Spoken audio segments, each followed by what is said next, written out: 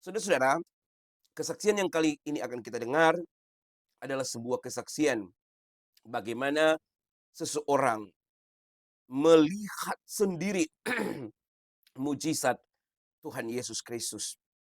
Dulunya dia bukan orang percaya. Dulunya dia tidak mengenal apa yang namanya Yesus Kristus.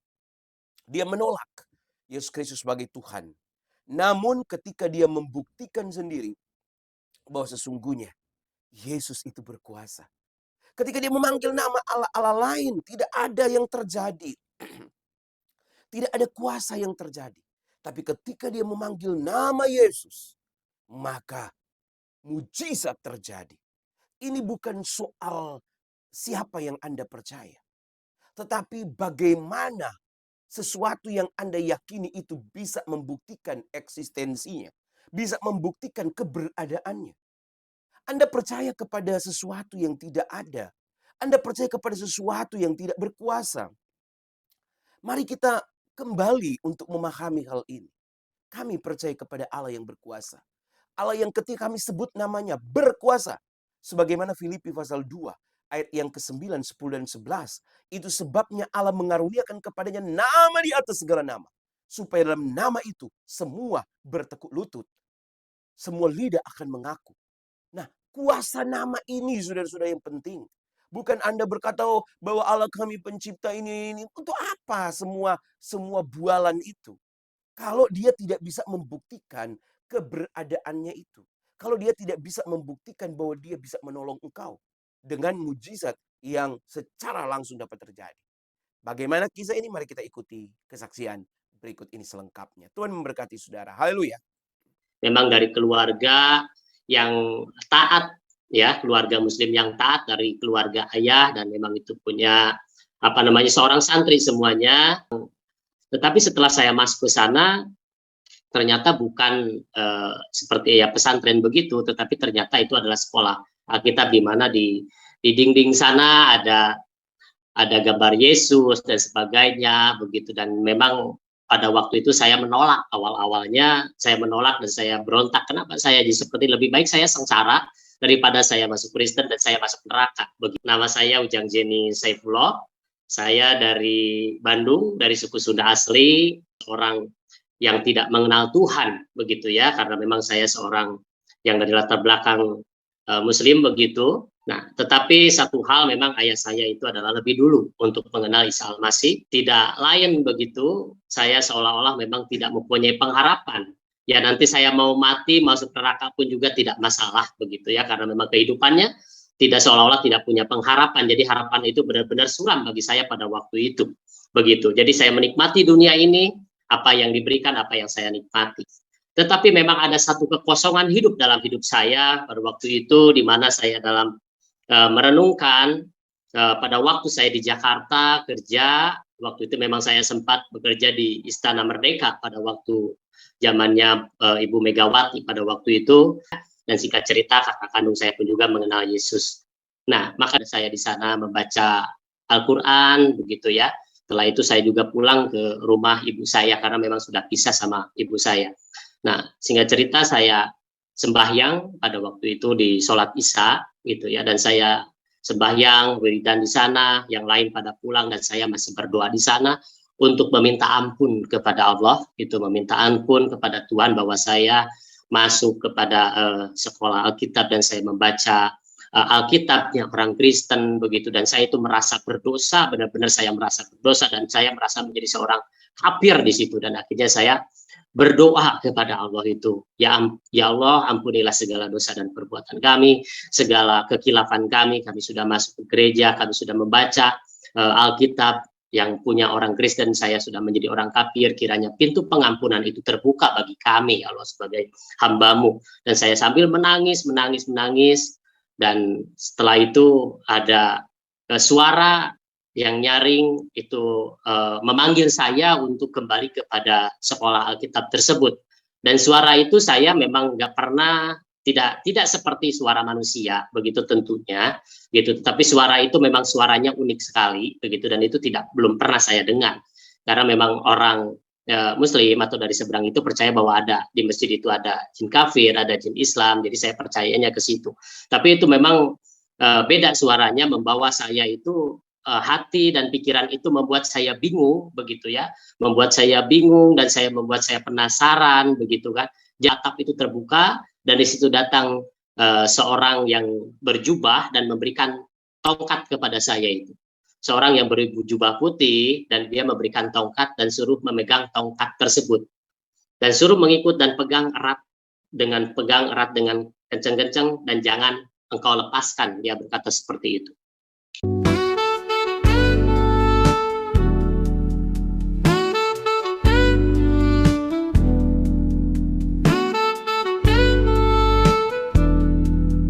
Terlebih dahulu saya menyampaikan banyak terima kasih atas kesempatannya. Perkenalkan, nama saya Ujang Jeni Saifullah.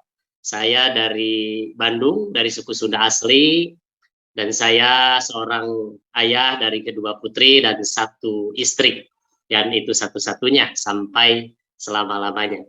Nah, mungkin karena saya memang dari latar belakang dari seberang gitu ya, dari namanya saja mungkin bisa nampak dan bisa terlihat gitu ya, Bapak Ibu Saudara-saudari yang menyaksikan di live streaming Facebook maupun di YouTube. Saya bersyukur dan terima kasih oleh karena kasih dan anugerah Tuhan yang luar biasa.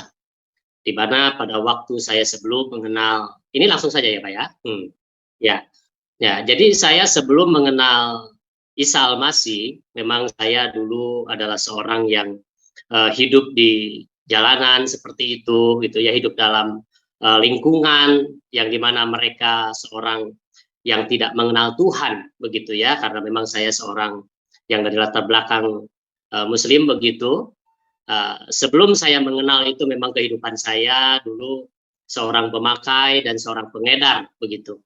Tetapi dengan berjalannya waktu, saya memang dari sejak kecil, bahkan dari sejak sebelum masuk sekolah pun juga, sebelum masuk sekolah SD, saya memang sudah ada di dalam lingkungan yang dimana mereka sudah berkecimpung dengan dunia rokok atau narkoba seperti itu, dan saya masuk di dalam lingkungan tersebut.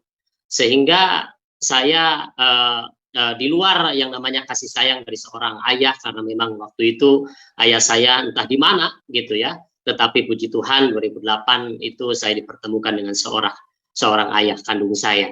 Nah, tetapi satu hal memang ayah saya itu adalah lebih dulu untuk mengenal Isa Al-Masih, memang dari keluarga yang taat ya, keluarga Muslim yang taat dari keluarga ayah, dan memang itu punya seorang santri semuanya. Tapi beda memang dari keluarga dari seorang ibu adalah memang itu adalah biasa seperti itu. Tapi puji Tuhan dengan berjalannya waktu saya begitu banyak pergaulan seperti itu, dan memang tidak lain begitu, saya seolah-olah memang tidak mempunyai pengharapan. Ya nanti saya mau mati, masuk neraka pun juga tidak masalah begitu ya, karena memang kehidupannya tidak seolah-olah tidak punya pengharapan. Jadi harapan itu benar-benar suram bagi saya pada waktu itu. Begitu. Jadi saya menikmati dunia ini, apa yang diberikan, apa yang saya nikmati. Tetapi memang ada satu kekosongan hidup dalam hidup saya pada waktu itu, di mana saya dalam merenungkan pada waktu saya di Jakarta kerja. Waktu itu memang saya sempat bekerja di Istana Merdeka pada waktu zamannya Ibu Megawati pada waktu itu, tapi tidak lama di sana. Setelah itu saya sempat berjualan juga di Jakarta, di Jalan Haji Juanda, persis di depan Bank DKI. Namun singkat cerita, pada waktu itu kakak saya menelepon untuk pulang ke Bandung, dan memang kakak kandung saya lebih dulu juga mengenal, karena memang bertemu dengan seorang ayah, dan singkat cerita kakak kandung saya pun juga mengenal Yesus. Nah, maka dari itu saya ditelepon oleh kakak saya, di mana karena tahu mungkin seorang kakak yang sudah mengenal Isa Al-Masih atau Yesus Kristus terlebih dahulu, mempunyai kasih kepada seorang adiknya, di mana karena tahu mungkin kehidupan saya seperti apa begitu, supaya mungkin berhenti dari kebiasaan-kebiasaan buruk seorang pemakai seperti itu, dan itu tidak berhenti. Setiap hari saya sebelum sekolah, bahkan waktu itu sudah mulai merokok, sudah mulai minum, bahkan masuk SD sudah mulai yang namanya mengenal ganja, sudah mengenal yang namanya obat-obatan. Singkat cerita terjerumuslah di situ. Sampai itu benar-benar 2008 lah saya di situ bertemu dengan seorang ayah saya, seorang ayah kandung saya, di mana singkat cerita di situ dan punya kerinduan untuk di mana saya harus mungkin apa namanya untuk masuk gitu kan, di mana ke tempat yang di mana supaya saya berubah begitu ya. Ya mungkin katakanlah itu tempat di mana untuk pembentukan kehidupannya. Nah, seperti itu. Mungkin kira-kira seperti pesantren lah kayak gitu. Tetapi setelah itu saya masuk setelah ketemu 3 hari dengan ayah saya, lalu saya diajak ke sekolah Alkitab begitu ya. Tetapi itu bukan dikatakannya bukan sekolah Alkitab, tetapi itu adalah di mana supaya hidup kamu berubah, hidup kamu benar-benar punya masa depan yang cerah. Tetapi setelah saya masuk ke sana, ternyata bukan seperti ya pesantren begitu, tetapi ternyata itu adalah sekolah Alkitab di mana di dinding sana ada gambar Yesus dan sebagainya begitu. Dan memang pada waktu itu saya menolak, awal-awalnya saya menolak dan saya berontak, kenapa saya seperti lebih baik saya sengsara daripada saya masuk Kristen dan saya masuk neraka begitu. Nah, singkat cerita tetapi akhirnya saya masuk, saya mencoba di situ, mencoba, tetapi saya jatuh bangun ya, jatuh sakit di situ, dan saya terjadi pemberontakan dan berantem dengan orang-orang yang ada di kampus pada waktu itu di salah satu sekolah Alkitab di Bandung. Namun pada akhirnya saya karena jatuh sakit di situ dan saya tidak betah di situ, prosesnya luar biasa, dan akhirnya saya pulang, cerita di sana. Saya pulang ke rumah ayah dulu, dan saya di sana membaca Al-Quran begitu ya. Setelah itu saya juga pulang ke rumah ibu saya karena memang sudah pisah sama ibu saya. Nah, singkat cerita saya sembahyang pada waktu itu di sholat Isya gitu ya, dan saya sembahyang wiridan di sana, yang lain pada pulang dan saya masih berdoa di sana untuk meminta ampun kepada Allah, itu meminta ampun kepada Tuhan bahwa saya masuk kepada sekolah Alkitab dan saya membaca Alkitabnya orang Kristen begitu, dan saya itu merasa berdosa, benar-benar saya merasa berdosa dan saya merasa menjadi seorang kafir di situ. Dan akhirnya saya berdoa kepada Allah itu, ya Allah, ampunilah segala dosa dan perbuatan kami, segala kekilafan kami sudah masuk ke gereja, kami sudah membaca Alkitab yang punya orang Kristen, saya sudah menjadi orang kafir, kiranya pintu pengampunan itu terbuka bagi kami, ya Allah, sebagai hamba-Mu. Dan saya sambil menangis, dan setelah itu ada suara yang nyaring itu memanggil saya untuk kembali kepada sekolah Alkitab tersebut. Dan suara itu saya memang nggak pernah, tidak seperti suara manusia begitu tentunya gitu, tetapi suara itu memang suaranya unik sekali begitu, dan itu belum pernah saya dengar karena memang orang Muslim atau dari seberang itu percaya bahwa ada di masjid itu ada jin kafir, ada jin Islam, jadi saya percayanya ke situ. Tapi itu memang beda suaranya, membawa saya itu hati dan pikiran itu membuat saya bingung begitu ya, membuat saya bingung dan membuat saya penasaran begitu kan. Jadi terombang-ambinglah saya di situ, penuh dengan kegelisahan hati saya, dan akhirnya singkat cerita saya pulang ke rumah di situ, dan itu masih penasaran, di mana di jalan ada teman-teman yang nanya kepada saya, tetapi saya tidak nyautin karena seperti orang gila seperti itu, karena entah kenapa hati dan pikiran saya penuh dengan kegelisahan seperti itu. Dan dengan penasaran saya terus merenung terus di situ. Nah, pada akhirnya saya tidak bisa tidur, sebenarnya di sana tidak bisa tidur.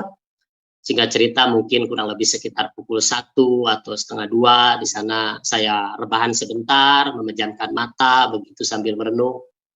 Tetapi di situ seperti memang dibilang mimpi, tidak mimpi, dibilang mimpi juga aneh dan unik sekali gitu ya.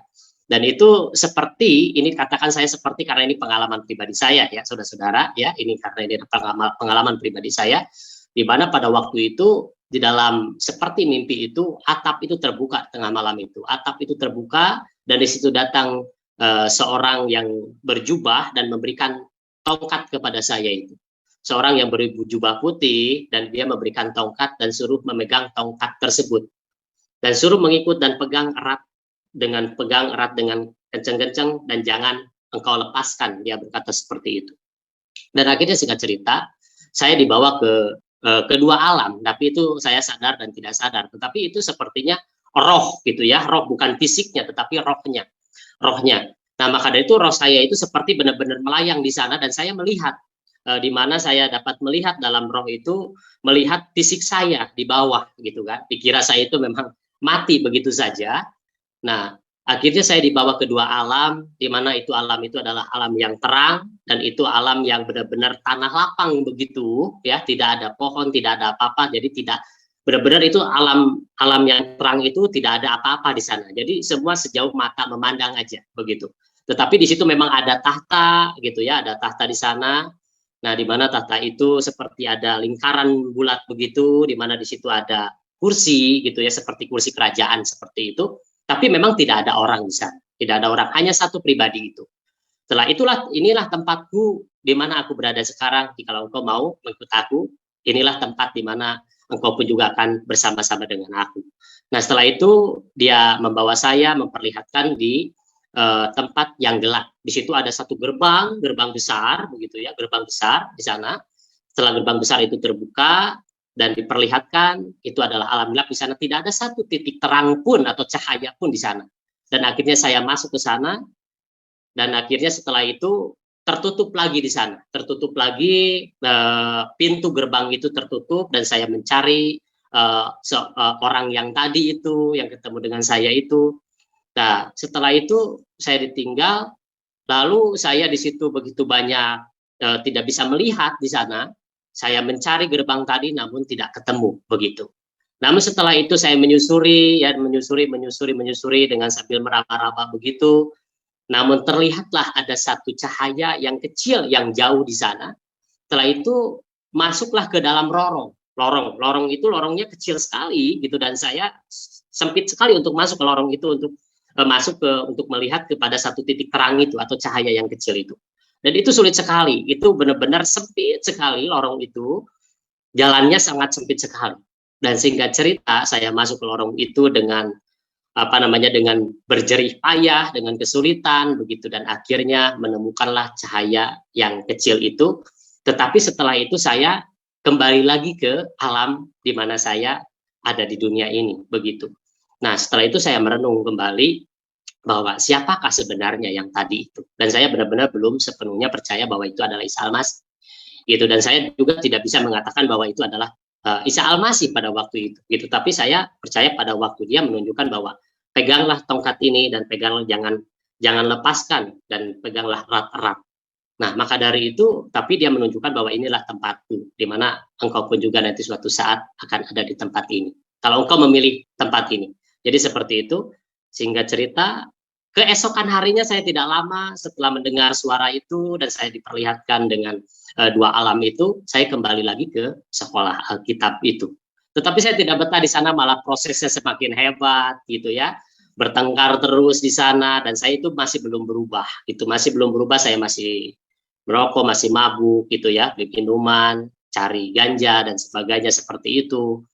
Dan akhirnya saya tidak betah, kembali lagi saya kepada ayah saya di sana bahwa saya tidak betah. Namun setelah itu kembali lagi ke sekolah Alkitab. Namun setelah itu tuh di situ saya jatuh sakit karena memang saya punya penyakit lambung, ya, asam lambung, punya penyakit paru-paru, punya penyakit tipes, dan itu memang tak kunjung sembuh penyakit itu. Namun suatu ketika di sekolah Alkitab itu kata rektor tersebut, kalau kamu mau sembuh dari penyakit, kamu puasa 3 hari 3 malam, tidak makan, tidak minum. Benar-benar itu full. 3 hari 3 malam itu tidak makan, tidak minum, semua itu benar-benar 3 hari 3 malam saya alami. Tapi saya waktu itu saya menolak, karena saya waktu puasa 1 bulan penuh pun juga itu masih ada makan, ada minum, ada waktunya. Tapi ini 3 hari 3 malam tidak makan, tidak minum. Dan rektor saya mengatakan seperti ini, percayalah bahwa ada satu pribadi yang sanggup memulihkan, menyembuhkan, mengangkat segala penyakit kamu, yaitu Isa Al-Masih. Nah, maka dari itu saya tidak langsung respon, dan saya berkata, aduh om, nggak mau saya kalau puasa 3 hari 3 malam, saya nanti mati, saya masih pengen hidup begitu. Saya masih pengen hidup dan saya tidak mau mati konyol seperti ini. Kalau engkau percaya, punya iman, percayalah, pasti akan sembuh gitu. Nah, singkat cerita di situ saya meyakini dan saya ambil itu karena saya pengen sembuh dari penyakit ini, di mana saya sakit di sana 2 minggu, pertama parah dan memang harusnya dioperasi. Itu asam lambung saya ini, usus saya ini yang sudah kronis, sebenarnya sudah kronis dan hampir-hampir, dan badan saya, mata saya pun cekong banget gitu kan, dan tangan saya kecil sekali begitu ya, kecil sekali. Nah, singkat cerita pada waktu itu saya jalani, tetapi setelah saya jalani puasa 3 hari 3 malam itu ujian sangat hebat sekali. Ujian dan cobaan itu sangat-sangat hebat sekali. Ada tawaran-tawaran dari orang yang tidak saya kenal. Tiba-tiba, mau nggak kamu kerja? Kamu mau nggak kamu saya kasih nih modal? Itu orang itu tidak sama sekali saya tidak kenal. Dan saya hampir-hampir ikut dengan orang ini yang menawarkan pekerjaan dan menawarkan untuk memberikan modal kepada saya. Tetapi setelah itu saya seperti ada yang narik jangan begitu. Dan akhirnya itu saya sambil berjalan begitu ya, dengan berapa kilo gitu, lagi puasa, suruh membabat rumput untuk rumah pemulihan, dan itu sesuatu yang luar biasa.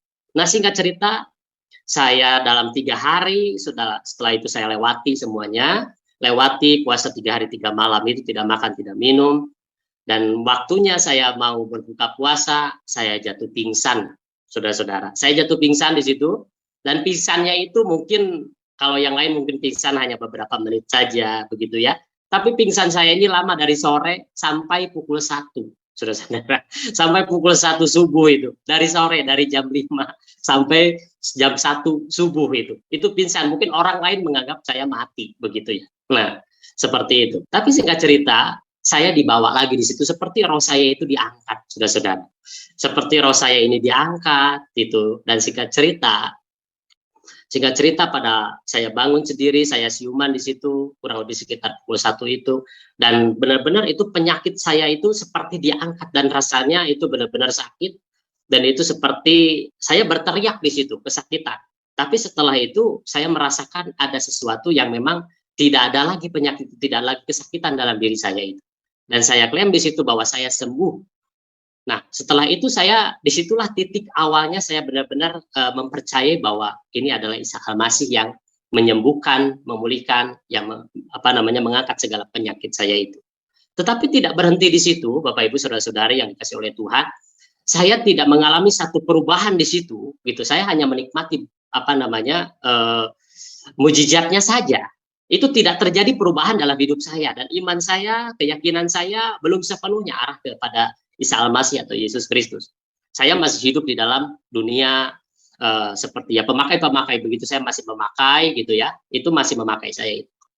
Nah, tetapi singkat cerita setelah itu ayah saya datang gitu ya, dan pada waktu itu ada baptisan massal begitu, dan saya ikut di sana. Baptisan massal itu 2008, masih 2008.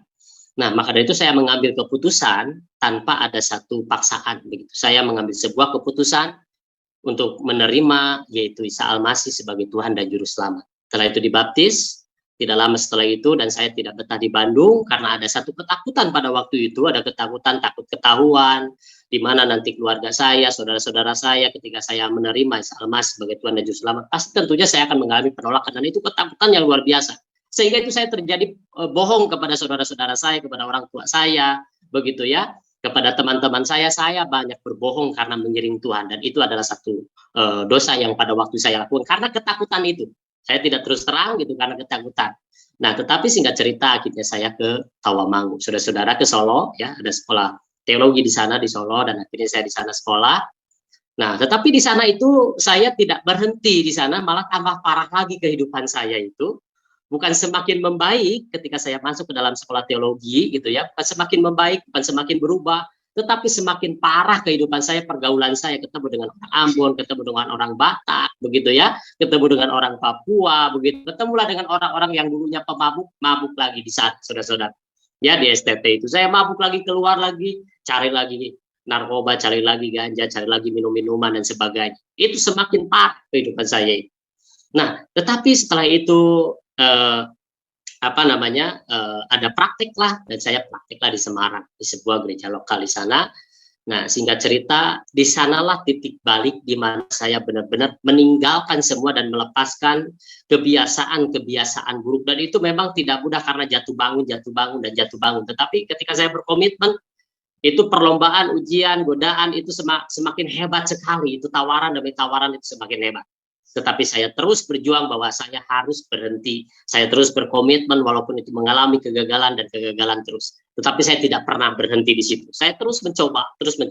Dan akhirnya saya mohon kepada Tuhan, Tuhan mampukan kami. Kuatkan kami, berikan kami kekuatan dan kemampuan agar kami tidak lagi jatuh ke dalam dosa yang sama, ke dalam lubang yang sama. Dan singkat cerita saya berhentilah di situ dan saya bergaul dengan orang-orang yang memang tidak merokok, tidak mabuk di situ dan akhirnya ada dalam komunitas iman di situ. Sehingga cerita disitulah saya memang benar-benar berhenti di situ, bisa melepaskan semua kebiasaan-kebiasaan buruk, ya kebiasaan-kebiasaan semua rokok, narkoba, ganja dan sebagainya. Disitulah saya mulai merasa bertumbuh, mulai merasa bahwa ini ada, disitulah titik balik saya untuk benar-benar mempercayai bahwa Isa Al-Masih, Yesus Kristus itu adalah Tuhan dan Juru Selamat. Itu yang sebenarnya titik baliknya itu. Pada waktu saya mengalami mujizat, itu saya benar-benar belum mengalami, yang namanya belum mengalami di mana misteri ilahi yang saya alami, itu belum. Gitu ya. Tetapi melalui di mana saya mengalami perjumpaan secara pribadi, melalui keintiman dengan Tuhan, saya merasakan ketenangan, saya merasakan kedamaian. Dan akhirnya saya di situ merasakan ada satu kepuasan pribadi gitu. Bahwa ketika saya datang kepada Tuhan, wah ternyata hanya Engkaulah satu-satunya kepuasan hidup saya. Engkaulah satu-satunya yang dapat di mana adalah satu-satunya pelabuhan dalam kehidupan saya. Tidak ada jalan lain selain daripada jalan yang telah diberikan untuk saya di situ. Nah maka dari itu, tetapi satu hal saya bukan karena kekuatan dan gagah saya, tetapi kalau bukan Tuhan yang menarik saya, gitu kan. Maka dari itu ada satu ayat yang mengatakan di dalam Injil Yohanes pasal 6 mengatakan bahwa tidak ada seorang pun yang dapat datang kepadaku jikalau ia tidak ditarik oleh Bapa yang mengutus aku, dan ia akan kubangkitkan pada akhir zaman. Jadi kalau bukan Bapa yang menarik saya, itu siapa lagi? Siapapun itu. Tetapi kalau itu adalah satu anugerah Tuhan, itu adalah satu yang dimana Tuhan yang menarik saya. Ya, saya pulau itu artinya adalah pedangnya Allah, gitu kan, atau alatnya Tuhan kalau di kita itu ya. Saya pulau itu adalah pedangnya Allah. Dan itu memang Tuhan punya rencana yang indah bagi saya. Tetapi satu hal adalah saya disitulah titik baliknya. Sehingga saya di sana ada satu, ketika saya merenung di sana, saya berdoa terus 4,5 tahun. Di Semarang saya melayani di sebuah gereja lokal pada waktu itu. Dan akhirnya saya belajar di situ, saya merenung apa yang harus saya lakukan. Dan saya mendengar itu suara bahwa ada satu tantangan buat saya. Dan suara itu berbunyi demikian, Bapak Ibu Saudara-saudari yang dikasih Tuhan, yang menyaksikannya. Dan suara itu berkata seperti ini, bahwa apa tujuan kamu menjadi pengikut? Dan itu saya benar-benar gemetar ketika mendengar suara itu. Gereja yang besar dan saya sendirian di sana, saudara-saudara. Di atas itu saya sendirian. Ya, jadi tidak ada orang di atas itu selain daripada koster, tapi koster pun juga sering keluar begitu ya. Nah, ketika saya berdoa di situ, saya merenung, ada suara dan itu menantang sekali. Apa tujuan kamu menjadi pengikut? Sedangkan kamu diselamatkan oleh karena Injil. Dan itu menantang sekali buat saya, saudara-saudara. Dan akhirnya saya merespon, setelah merenung dan saya respon panggilan itu, suara itu, dan saya lakukan. Bahwa saya dimenangkan atau dibenarkan oleh karena di mana yaitu Yesus Kristus Tuhan melalui Injil keselamatan itu. Dan akhirnya singkat cerita saya praktek untuk mewartakan kabar baik di Semarang. Kalau Bapak Ibu mungkin di sana melihat di Tugu Muda itu banyak orang-orang di sana, pengamen, pengemis dan sebagainya. Dan saya layani di sana dan ada persekutuan di sana. Nah, maka dari itu saya bersyukur di sana saya bisa melayani, dan ada satu daerah di sana di Semarang itu dekat pelabuhan itu memang orang-orang yang cukup keras di sana. Banyak orang yang memang tidak mudah untuk masuk ke sana karena banyak preman. Tetapi dengan cara di mana saya pada waktu itu, dengan cara saya gitu kan, maka dari itu saya memberikan ketika mereka meminta minuman untuk mabuk dan sebagainya, dan saya kasih. Dan setelah itu saya bersaksi di sana bahwa ketika mereka, kenapa Mas tidak merokok dan tidak minum, disitulah saya bersaksi. Dan terjadilah di situ singkat cerita banyak orang yang mengenal Yesus Kristus dengan cara saya, saudara-saudara. Nah, maka dari itu saya lakukan itu, dan akhirnya ada sebuah tempat di sana, dan puji Tuhan. Namun setelah itu saya menerima panggilan Tuhan, tetapi di situ saya benar-benar Semakin hari semakin saya mengenal Tuhan, semakin hari saya semakin dekat dengan Tuhan, tetapi semakin ujian itu semakin hebat bagi saya. Ujian dan itu tantangan, ya, ujian, godaan dan sebagainya, masalah, problema itu datang sini berganti bertubi-tubi. Kenapa ikut Yesus kok semakin hari malah bukan semakin baik, semakin mendapatkan berkat, tetapi semakin banyak masalah, persoalan dan sebagainya.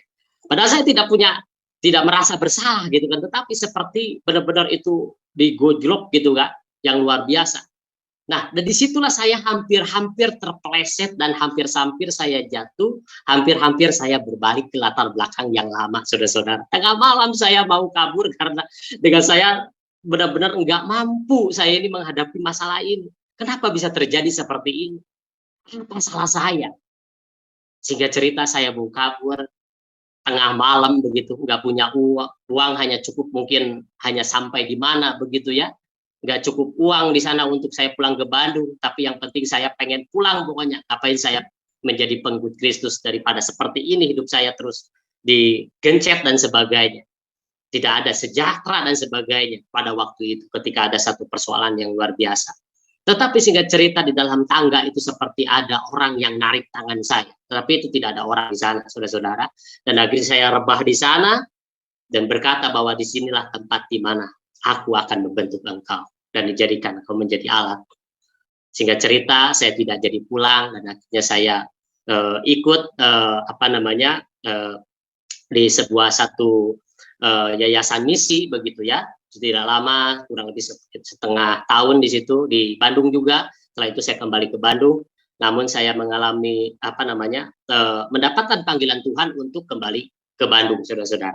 Nah, itu saya untuk kembali ke Bandung dan apa yang harus saya lakukan sedangkan saya di sana sudah merintis, sudah benar-benar sudah ada jemaatnya. Kenapa Tuhan kok memanggil aku untuk pergi ke Bandung begitu di Jawa Barat?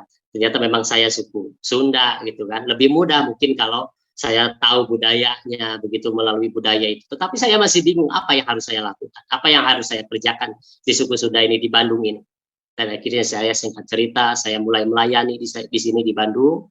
Dan akhirnya saya belajar untuk penyuluhan narkoba, kerjasama dengan BNN, begitu, dan ke sekolah-sekolah, pesantren-pesantren, ke lapas-lapas, dan sebagainya di situ. Tapi itu hanya media saja, tetapi di sana ada pemutaran film di mana awal penciptaan manusia, begitu awal penciptaan alam ini dan manusia, dan itu diakhiri dengan yang namanya yaitu pengorbanan di mana itu pengorbanan Isa Al-Masih. Dan itu tidak mudah, orang-orang pada takut, saudara-saudara, tapi saya menayangkan itu di sekolah-sekolah itu untuk memutar film itu, saudara-saudara, dan itu tidak mudah.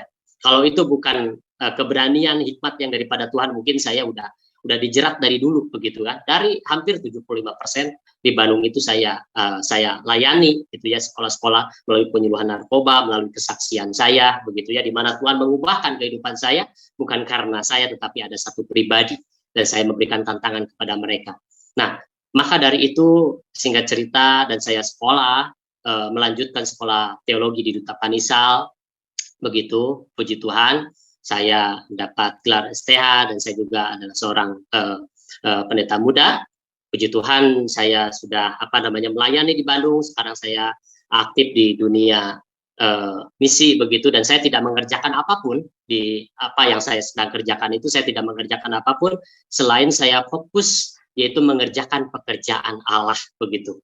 Nah, maka dari itu saya belajar di situ mendapatkan sebuah panggilan Tuhan, dan ada satu firman Tuhan mengatakan karena ini memang adalah panggilan buat saya bahwa bagaimana mereka dapat berseru kepadanya, yaitu kepada Tuhan, jika mereka tidak percaya kepada Dia.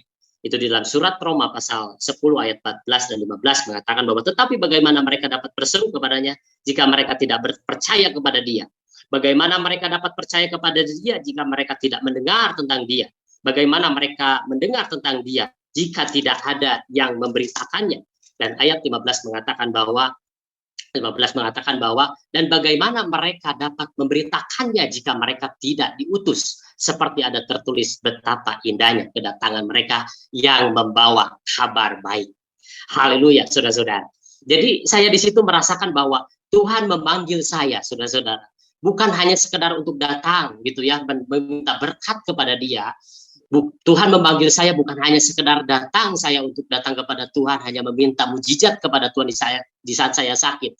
Tuhan memanggil saya bukan hanya sekedar untuk datang meminta kepada ketika saya mengalami keterjepitan, dan Tuhan memanggil saya bukan hanya sekedar saya untuk datang kepada Dia, bukan hanya sekedar datang untuk meminta gitu kan, pertolongan kepada Tuhan di saat saya menghadapi masalah dan sebagainya. Tetapi Tuhan memanggil saya itu saya merasa bahwa yaitu Tuhan memanggil saya bukan hanya sekedar untuk datang, melainkan pergi untuknya, yaitu memberitakan kabar baik. Dan itu yang saya lakukan, dan saya mendapatkan satu panggilan di situ, dan saya aktif, dan akhirnya singkat cerita kalau itu memang adalah rencana dan kehendak Tuhan, dan saya akan lakukan dengan semaksimal mungkin, saudara-saudara. Saya memang tidak banyak begitu kesaksian di mana-mana, dan ini adalah pertama kali saya kesaksian di media, gitu ya, di media atau di YouTube mungkin ya dan lain sebagainya gitu ya, di channel-channel lainnya. Ini adalah perdana saya bertobat tahun 2008, dan ini pertama kali saya kesaksian begitu ya. Dan ini adalah perdana karena saya takut karena ini adalah kesaksian ini kan harus dipertanggungjawabkan, saudara-saudara. Banyak orang kesaksian begitu luar biasa, berapi-api, namun jatuh bangun kembali lagi ke latar belakang. Nah, saya justru takut ketika saya bersaksi itu, saya takut terpeleset, dan saya takut benar-benar keluar dari kehendak Allah. Saya takut keluar dari panggilan Tuhan ketika saya menerima Dia sebagai Tuhan dan Juru Selamat. Berapi-api di sana, saya ada banyak panggilan untuk bersaksi, tetapi saya benar-benar takut di situ karena ini harus dipertanggungjawabkan. Banyak saksi, apalagi Tuhan adalah saksinya satu-satunya, saudara-saudara. Nah, maka dari itu saya merasakan di situ saya harus bertanggung jawab dengan apa yang saya saksikan, apa yang saya katakan. Dan itu benar-benar saya harus mengalami yang namanya sebuah pertumbuhan dulu di situ. Mungkin kalau bersaksi itu gampang ketika saya menerima Yesus, lalu dipanggil bagaimana ceritanya, itu sangat mudah itu untuk diucapkan gitu ya. Tetapi saya belajar untuk bertumbuh dulu terlebih dahulu, saya harus berbuah dulu sebelum saya memberi buah kepada orang banyak begitu ya. Untuk memenangkan orang, saya harus benar-benar mengalami pertumbuhan secara pribadi, mengalami yaitu perjumpaan secara pribadi dengan Tuhan, keintiman dengan Tuhan, bahwa Engkaulah satu-satunya alasan dalam hidup kami, Engkaulah satu-satunya pegangan dalam hidup kami, karena Engkaulah satu-satunya Tuhan adalah pelabuhan terakhir di mana dikala kami sudah tidak mampu lagi, karena Engkaulah satu-satunya kepuasan dalam hidup saya. Nah, maka dari itu saya bersyukur bahwa saya punya Tuhan yang luar biasa, yaitu Yesus Kristus, yang saya imani sekarang ini, dan saya percaya maupun nanti mati mau seperti apa gitu ya. Nah, karena saya iman saya adalah sudah percaya kepada Yesus Kristus, mati mau dikerubkan atau dikuburkan secara Muslim atau Nasrani, itu bukan urusan saya, tetapi karena iman saya, roh saya sudah bertanggung jawab adalah dengan Tuhan, saudara-saudara. Maka dari itu sudah lagi tidak dipusingkan masalah kematian, tetap saya yakin dan percaya bahwa yaitu iman saya sudah percaya kepada Yesus Kristus, dan apa yang saya lakukan ini adalah sesuai dengan rencana dan kehendak Tuhan. Kiranya Tuhan itu memperkenan kehidupan saya.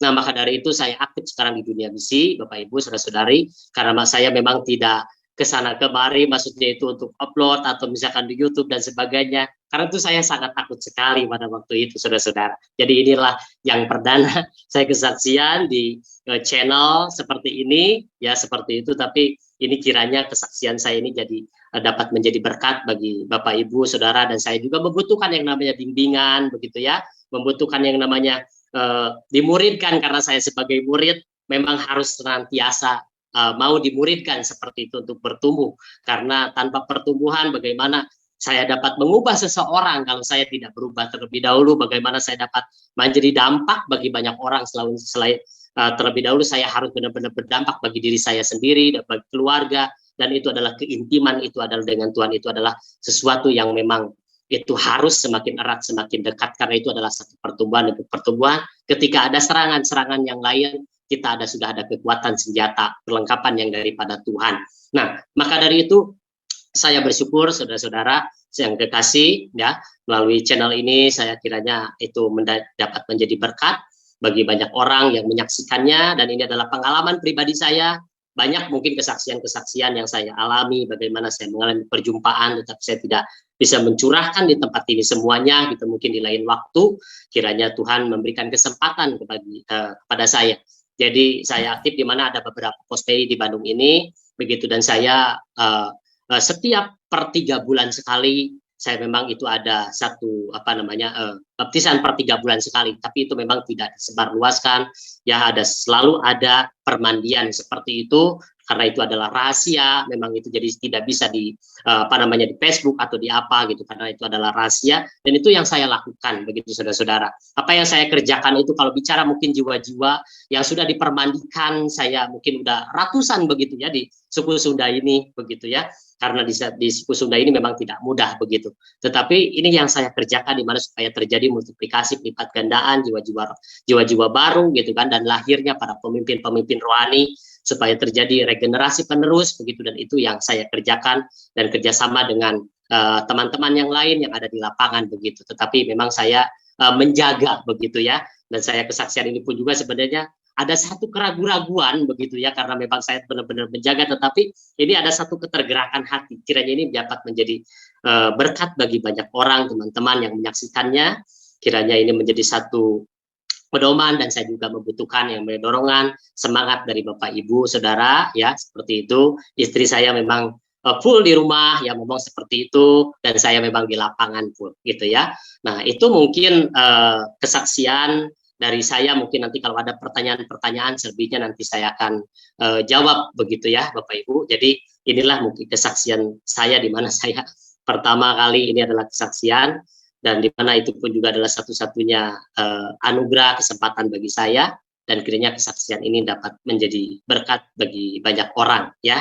Bagaimana mungkin saya dapat percaya kepada Yesus ya, kalau saya tidak ditarik oleh Bapa begitu ya, karena ayah saya dan kakak saya itu tidak menceritakan tentang Isa Al-Masih, Yesus Kristus itu siapa, percayalah kepada Isa Al-Masih atau Yesus Kristus adalah sebagai satu-satunya Tuhan dan Juru Selamat. Enggak, tetapi saya benar-benar di mana saya mengalami perjumpaan secara pribadi, dan ini pengalaman saya begitu ya, di mana saya benar-benar mengalami itu, yaitu spiritual seperti itu ya. Dan itu memang ada orang mungkin yang percaya, ada juga orang yang tidak percaya ya, tetapi ini adalah pengalaman pribadi saya begitu, dan saya juga belajar, dikokohkan dan diteguhkan ya melalui ayat-ayat yang dimana dulu saya baca gitu ya dalam Al-Quran, di mana bahwa yang terkemuka di dunia dan di akhirat itu tidak lain selain daripada Isa Al-Masih. Saudara-saudara, janganlah ragu-ragu, percayalah kepadaku dan ikutlah aku, taatlah kepada dia. Dan itulah satu-satunya jalan, yaitu Sirotol Mustaqim yang saya imani, yang saya dulu cari. Sekarang saya sudah mendapatkan jalan kebenaran itu. Tuhan Yesus memberkati. Puji Tuhan, Tuhan berkati saudara, bagikan terus tayangan-tayangan kami kepada sekalian banyak orang, supaya mereka juga diberkati oleh Tuhan. Sampai berjumpa lagi dalam program acara kami selanjutnya. Tuhan Yesus memberkati. Shalom, haleluya.